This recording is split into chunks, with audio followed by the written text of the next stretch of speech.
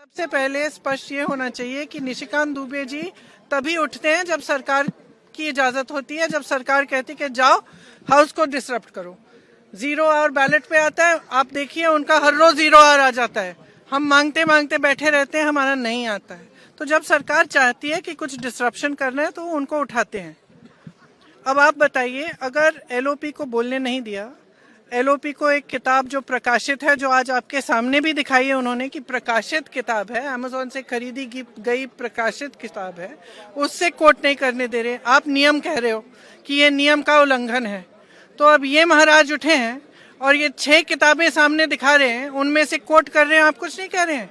इनका माइक चला जा रहा है।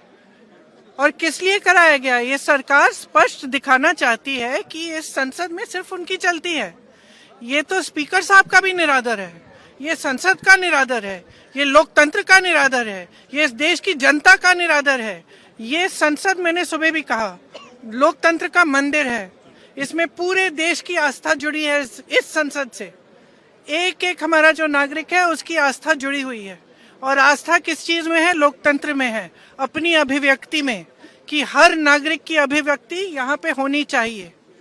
अब जो लीडर ऑफ ऑपोजिशन है वो खुद एक व्यक्ति नहीं है, वो एक प्रतिनिधि है पूरे विपक्ष का।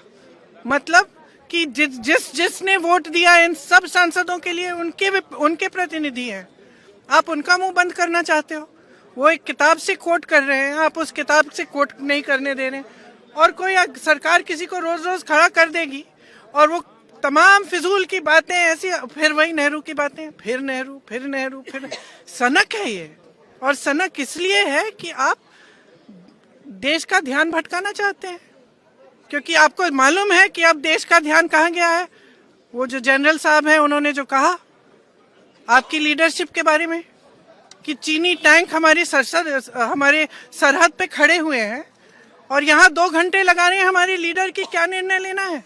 और अंत में और वहाँ जनरल साहब इंतजार कर रहे हैं कि कोई निर्णय आएगा, और 2 घंटे बाद निर्णय क्या आता है कि आप खुद ही निर्णय ले लो। और फिर ये लोग बात करते हैं इंदिरा गांधी जी का, ये लोग बात करते हैं इतिहास का। इंदिरा गांधी जी कभी पीछे हटी निर्णय लेने से? कभी पीछे हटी? पाकिस्तान के 2 टुकड़े कैसे किए? अपने कमरे में दुबक के कि हम निर्णय नहीं लेंगे, आप ले लीजिए।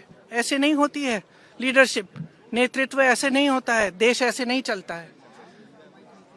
और जो आज इन्होंने किया है संसद में, वो यही दिखाने के लिए कि यहाँ ना स्पीकर की चलती है, ना संसद की चलती है, ना किसी और की चलती है, ये सिर्फ हमारी चलती है। हम जब चाहे किसी को खड़ा कर देंगे और वो जो चाहे कह सकता है, लेकिन हम एलओपी को नहीं बोलने देंगे। ये बिल्कुल हमारे बर्दाश्त के बाहर है। हम यहाँ इसलिए खड़े हैं क्योंकि हमें कीमती वोट दिया है हमारे नागरिकों ने, देशवासियों ने। हम समय व्यर्थ करने के लिए यहाँ नहीं आए हैं। हम यहाँ इसलिए खड़े हैं कि उनकी आवाज उठाएं, और हम उनकी आवाज उठाएंगे। और हमारे एलओपी को जब तक बोलने नहीं दिया जाएगा तब तक हम इनको भी नहीं बोलने देंगे। और ये कोई राजनीतिक खेल नहीं है, ये एक बहुत ही गंभीर मामला है।